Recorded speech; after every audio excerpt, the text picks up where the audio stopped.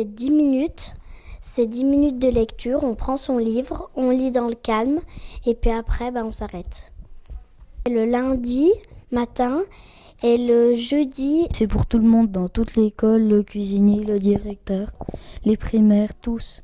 Le lundi matin, c'est le début de la semaine et puis la lecture, ça nous détend un peu pour commencer la semaine. Ça nous aide à mieux travailler pendant la semaine. Moi, ça me réveille un peu de lire déjà. Le matin, on arrive et on est un peu tout éparpillé. Et après, de lire, ça nous concentre vraiment sur notre livre. Moi, j'adore ça. Comme ça, au moins, on peut lire en classe parce que je me suis dit, parfois, on lit pas beaucoup en classe, je trouve. Quand on est dans le livre, après, moi, je trouve ça pas trop long. Quand je lis, je me sens heureuse. J'ai envie de continuer. T'aimes pas trop lire? Non. Non, t'aimes pas trop lire. Bon, alors pour toi, le chuton lit, t'aimes pas trop? Non. En fait, il lit pas, Tu fais semblant? Oui. Je regarde des images, puis j'aime pas lire. Donc pour toi, c'est le chuton lit, c'est... J'aime pas trop, mais je confonds souvent les mots. Tu comprends pas ce que tu lis, c'est ça? Oui. Alors du coup, l'école, c'est difficile pour toi? Oui. S'il y avait une école qui se posait la question de savoir si on met le chuton lit, tu lui dirais quoi? Non. Pour apprendre déjà de nouveaux mots. Après, ça donne des aventures. Tu as envie de continuer vu que tu as envie de savoir ce qui va se passer après. Pour moi, c'est bien. Je me sens détendue, par exemple. C'est surtout d'être sur une chaise et puis d'être droit. Oui. Je préfère mieux être couché. Voilà. J'aime bien lire. Je sais pas, c'est un peu comme si le livre, il m'emporte avec lui. Moi, il y a des livres où il n'y a pas d'image et puis que je me vois vraiment... je vois vraiment les images quand je lis. Après, je sais pas si c'est les vraies images, mais je les imagine comme je veux, voilà. C'est aussi ça que j'aime bien dans les livres.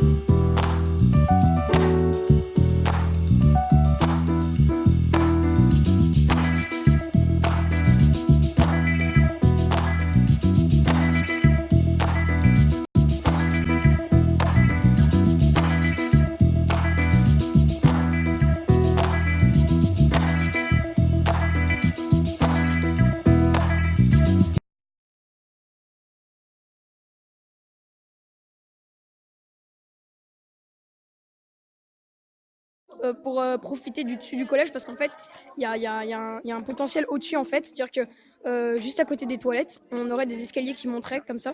En fait on séparerait les toilettes en deux, on installerait des escaliers entre qui passeraient derrière le dessus du préau avec des petits escaliers. Après, on monterait au-dessus avec des poufs, des sièges et on pourrait se mettre là pendant les cours de récré. Alors ça serait couvert, comme ça s'il pleut au cas où on peut quand même y aller. Et on serait tranquillement installé ici. J'ai eu l'idée d'installer, creuser, de faire des trous au milieu de la cour, des cercles d'environ 3 mètres, afin d'installer des sièges à l'intérieur, avec un mât en métal qui supporterait une toile blanche montée sur rail pour pouvoir effectuer la totalité du tour du cercle. Pour qu'en hiver on puisse se protéger en dessous des tentes et en été on puisse agréablement profiter du beau temps.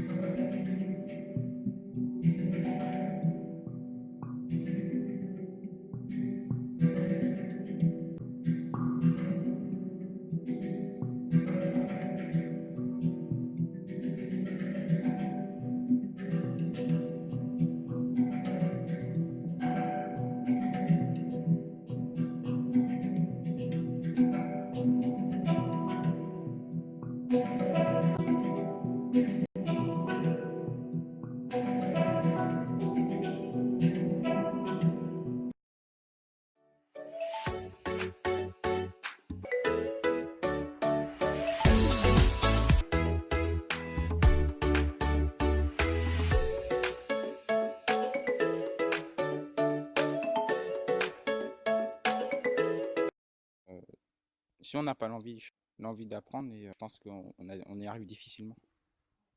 Et là, qu'est-ce qui vous donne cette envie? Donc ouais, moi mes objectifs ils sont très clairs dans ma tête. Donc je sais que j'ai cette envie et cette motivation qui me permet de y arriver. Mon objectif en fait c'est d'ouvrir ma propre boîte de dépannage, soit au Canada, soit plutôt en Allemagne, je sais pas encore. J'ai eu du mal à pouvoir rentrer dans le milieu professionnel. Et donc aujourd'hui, je veux juste montrer à certaines personnes qui n'ont pas cru que cette voie était bien pour moi, que je pouvais y arriver malgré leur réticence. Moi, je voulais absolument venir en milieu professionnel parce que j'avais besoin d'appliquer. Euh, J'aime bien apprendre par la pratique. On m'a dit que cette voie n'était pas faite pour moi parce que j'avais d'excellents résultats et qu'on ne voyait pas pourquoi j'irais dans cette voie professionnelle parce que beaucoup de personnes pensaient que c'était réservé à ceux qui avaient des difficultés scolaires. Et donc, je voulais, malgré ce qu'ils me disaient, je pensais que c'était bon pour moi.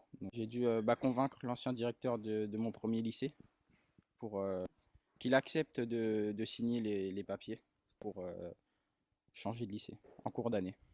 Par exemple, hier, on a eu une remise d'une certification qui me dit que j'ai eu les félicitations au premier trimestre du conseil de classe. C'est une preuve du travail en fait que j'accomplis au fur et à mesure de l'année.